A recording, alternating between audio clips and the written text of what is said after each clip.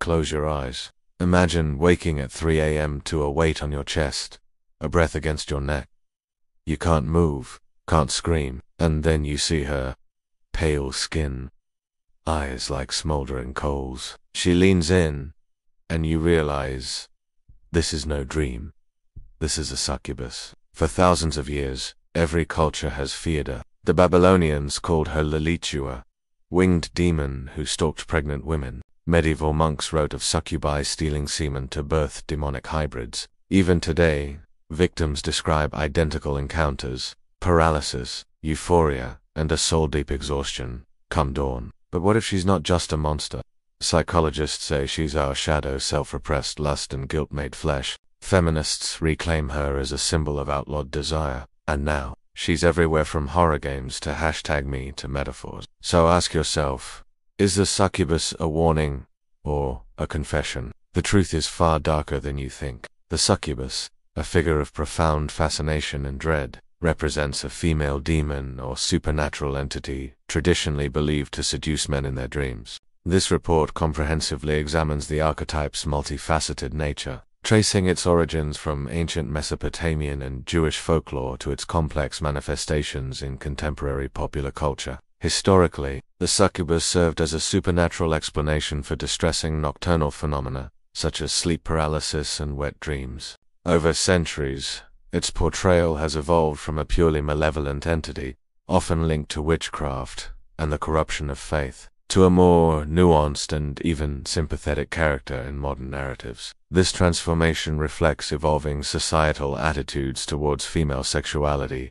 power dynamics, psychological understanding, and the deconstruction of rigid moral binaries. The enduring presence of the succubus across diverse cultural mediums underscores its adaptability and continued resonance as a potent symbol of desire, fear, and the enigmatic aspects of the human psyche. Introduction.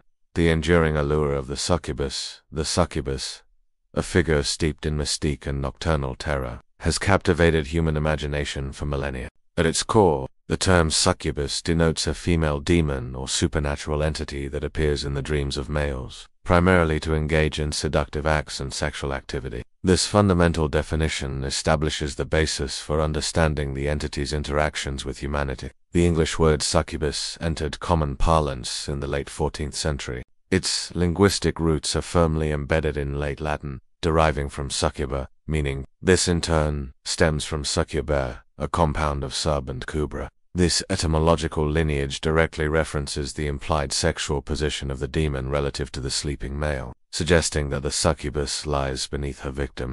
The male counterpart to the succubus is consistently identified as an incubus, derived from inc. The linguistic origins of succubus and incubus are more than mere etymological curiosities. They subtly reinforce traditional, heteronormative sexual power dynamics prevalent in the cultures that coined these terms. The very names assign a passive, subordinate role to the female demon and an active, dominant role to the male demon. This linguistic framing likely contributed to the historical perception of succubi as inherently submissive in their interactions, even while they were depicted as powerful. This stands in stark contrast to their later evolution in modern media, where they frequently embody female agency and power, highlighting a historical tension between linguistic encoding and evolving cultural portrayals of gender and sexuality.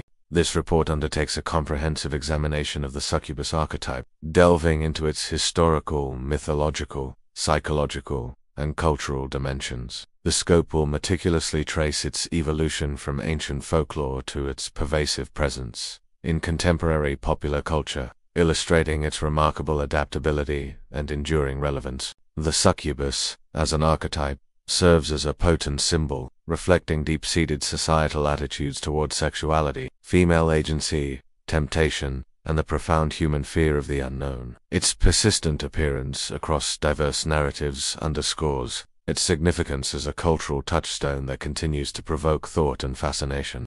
The concept of a nocturnal, seductive entity preying on humans is not a recent invention but possesses deep historical roots, dating back to ancient civilizations. This widespread belief suggests a universal human experience of distressing nighttime phenomena that were interpreted through a supernatural lens. A Mesopotamian origins. Lilith, Lilu. The foundational idea of a demon that preys on humans during sleep can be traced to ancient civilizations, with the earliest textual evidence emerging from Mesopotamia around 2400 BCE.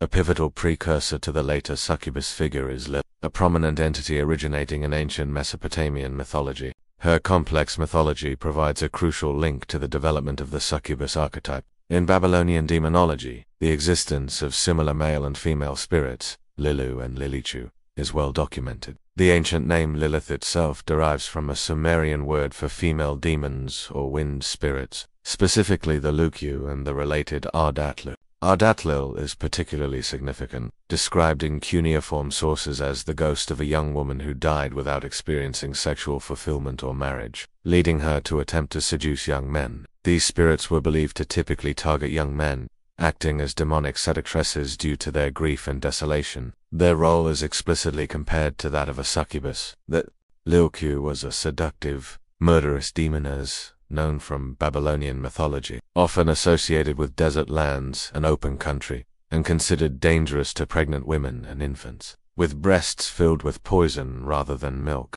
the explicit description of the Mesopotamian Ardatla as a sexually unfulfilled ghost of a young woman suggests a deep societal anxiety, not just about demonic intrusion, but specifically about the consequences of female sexuality that exists outside of prescribed marital and reproductive roles. Her seductive acts are presented as a result of grief and desolation, implying a tragic origin for her. This narrative contrasts with later, more purely evil demon labels, suggesting an earlier, more nuanced understanding of the entity's motivations tied to human societal structures and expectations for women. The transition from a tragic, unfulfilled spirit to a purely malevolent demon, such as the later Lilith, may reflect a hardening of religious dogma against female sexual autonomy, where unfulfilled female desire is reframed as dangerous rather than sorrowful. In Jewish folklore, particularly within the Talmud and the mystical treatise Zohar, Lilith is famously depicted as Adam's first wife, who refused to be subordinate during sexual intercourse and consequently left the Garden of Eden. She is characterized by long hair and wings, and is said to attack lonely sleepers. In this tradition, she became known as the mother of demons, bearing an infinite number of demonic sons from men's nocturnal emissions. Lilith's mythology consistently presents her with two primary, seemingly disparate roles: the seducer of men and the strangler or killer of children. This duality is profoundly significant. Her association with infant mortality and danger to pregnant women reflects ancient anxieties surrounding childbirth, the vulnerability of new life, and the precariousness of female reproductive health. Simultaneously, her role as a seductress who bears demonic offspring from nocturnal emissions speaks to fears of male sexual vulnerability, uncontrolled desire, and potentially the illegitimate or demonic nature of sexual acts outside of sanctioned procreation. This combination suggests a deep-seated cultural fear of female power that manifests both threatening the next generation and lineage, and sexually threatening male purity, control, and spiritual well-being. It externalizes anxieties about female agency and its potential to disrupt social order. Accounts of succubus-like demons also appear in ancient Greek texts, indicating a shared cross-cultural conceptualization of nocturnal seductive entities. Lamia, in ancient Greek mythology, Lamia was originally a beautiful queen who, after an affair with Zeus, was punished by Hera and transformed into a child-eating monster. This origin highlights a common mythological trope of female figures being demonized after perceived transgressions or divine jealousy. In later traditions, Lamia became synonymous with empuzai, seducing young men to satisfy their sexual appetite and feeding on their flesh afterward. Lamia has been ascribed serpentine qualities, sometimes depicted as half-serpent. She possessed the ability to shapeshift into a more agreeable form for seduction, emphasizing her deceptive nature. Impuza were fearsome daemons that assumed the forms of beautiful women to lure young men to their beds, to feed on their flesh and blood. They were considered companions of the goddess Hecate, often depicted with flaming hair and two mismatched legs, highlighting their monstrous, unnatural form. They are explicitly described as the ancient equivalent of vampires and succubi, solidifying their role as seductive, predatory spirits. Interestingly, they could be driven away by insulting words, suggesting a vulnerability to human defiance. Malikia, These figures were also frightful female specters or bogeymen used to scare children, sometimes considered synonymous with Lamia and imp. Their role as child frighteners indicates a broader cultural function of these entities beyond just sexual predation. Sirens. In later folklore, a succubus could take the form of a siren, indicating a conceptual overlap in their seductive powers. Sirens in Greek mythology are enchanting creatures, often depicted with the upper body of a woman and the lower body of a bird. They are renowned for their irresistible voices that lured sailors to their demise, compelling them to steer ships towards treacherous rocks or leap into the sea. They symbolize temptation and the pursuit of unattainable, destructive dreams. Unlike the Mesopotamian Lilith, whose origins are tied to a perceived domestic rebellion and the consequences of female defiance, Greek figures like Lamia and Impuza are often described as shape-shifting, illusory beings. Their primary method of attack is deception and luring victims to their demise, followed by the consumption of flesh and blood. Sarans, too, use irresistible song to lure sailors to their deaths. This emphasis suggests a pervasive cultural fear of external, hidden dangers that appear beautiful but are fundamentally predatory. The focus shifts from the internal to the external and deceptive, highlighting a fear of being tricked and consumed by forces beyond human comprehension or control, rather than a direct consequence of human actions or repressed desires. This type of fear often arises in cultures heavily reliant on trade or travel, where unseen dangers, such as treacherous seas, are global folklore, Arabic, African, and Indian manifestations. The succubus archetype is not confined to Western traditions, with similar entities appearing in diverse global folklore. This widespread presence suggests a common human need to explain unsettling nocturnal experiences. Arabic culture, descriptions of jinns are thought to be responsible for similar sexual acts, indicating a parallel belief system. More specifically, the Karena is a spirit akin to the succubus, with origins possibly in ancient Egyptian religion or pre-Islamic animistic beliefs. A Karena is believed to sleep with a person and has relations during sleep, as is known by the dreams. These entities are typically invisible but can be perceived by those with second sight, often appearing as a cat, dog, or other household pet. In Omdurman, Karana is a spirit that possesses individuals, and those possessed cannot marry or the Karana will inflict harm. This adds a dimension of spiritual possession and social consequence, particularly regarding marital status. African beliefs. Men who experience sexual encounters with such a principality in dreams, usually in the form of a beautiful woman, commonly report feeling exhausted upon awakening. This highlights the energy-draining aspect as a common cross-cultural motif, suggesting a universal physiological impact attributed to these entities. Indian culture.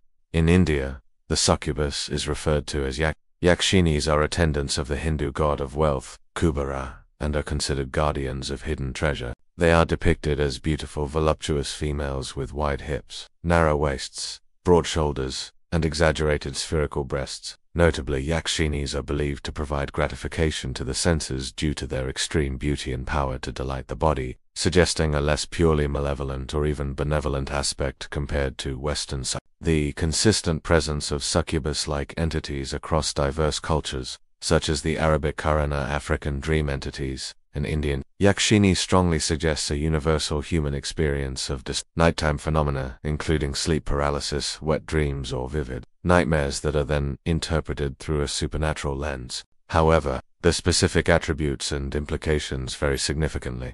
Karena are linked to possession and marital restrictions. African entities primarily cause exhaustion, and Yakshinis are guardians of treasure and providers of gratification, not solely malevolent. This indicates that while the core physiological or psychological experience might be universal, the cultural interpretation of the demonic seductress is deeply shaped by local beliefs, societal norms, and even religious pantheons.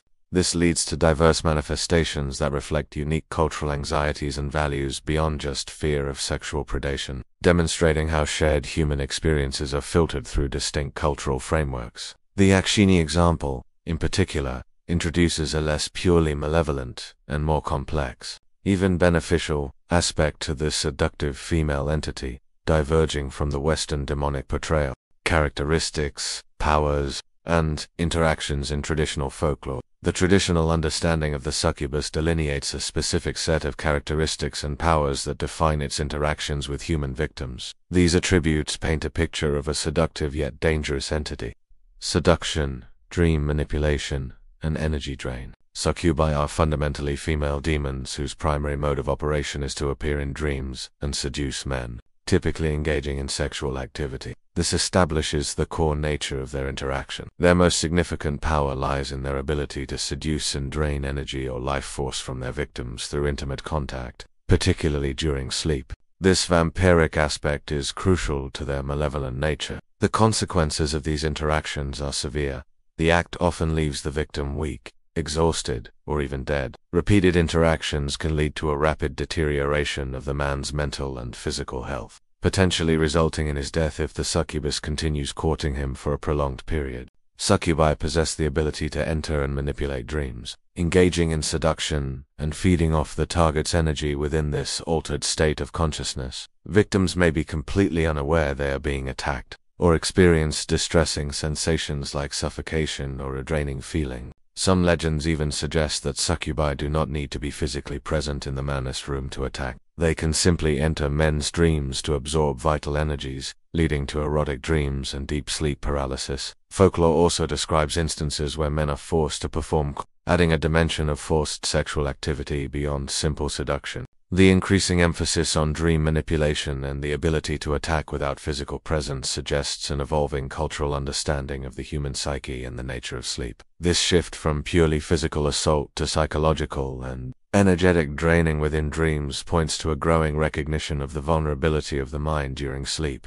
potentially as a pre-scientific way of explaining phenomena like sleep paralysis or vivid disturbing dreams. This move makes the threat more insidious and less tangible, aligning with later psychological interpretations that internalize the source of such experiences. It implies a deeper, more pervasive form of violation, where the victim's own mental landscape becomes the battleground. Physical attributes and deformities. Succubi are consistently depicted as beautiful young girls or alluring women, which is central to their seductive function. This outward beauty serves as their primary tool for ensnaring victims. However, a key characteristic that reveals their true nature is that closer inspection may reveal hidden deformities such as bird-like claws or serpentine tails. Their true demonic form is often described as including bat-like wings, horns, or a tail. Older descriptions sometimes portray them as gargoyle-like with wings, tails, horns, and scaly skin, though their appearance evolved into more human-like imagery by the 18th and 19th centuries,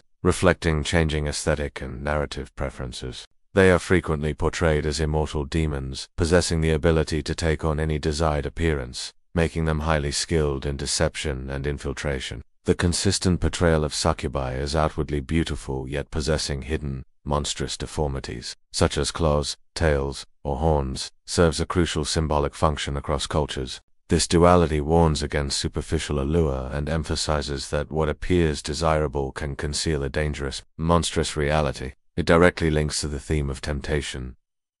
The initial attraction is a facade that hides the destructive, often fatal, consequences of succumbing to forbidden desires. This visual trope reinforces moralistic warnings against yielding to lust or unchecked passion, suggesting that such desires are inherently corrupting and ultimately reveal an underlying ugliness or danger, thereby legitimizing societal control over sexual impulses. The incubus counterpart and demonic procreation. The male equivalent of a succubus is an incubus. Some legends propose that succubi and incubi are, in fact, two forms of the same demonic entity. King James, in his dissertation Demonology, supported this view, seeing them as the same demon, differentiated only by the sex of the tormented individual. This perspective simplifies the demonic hierarchy while maintaining their dual threat. According to the influential Malleus, succubi play a specific role in demonic procreation.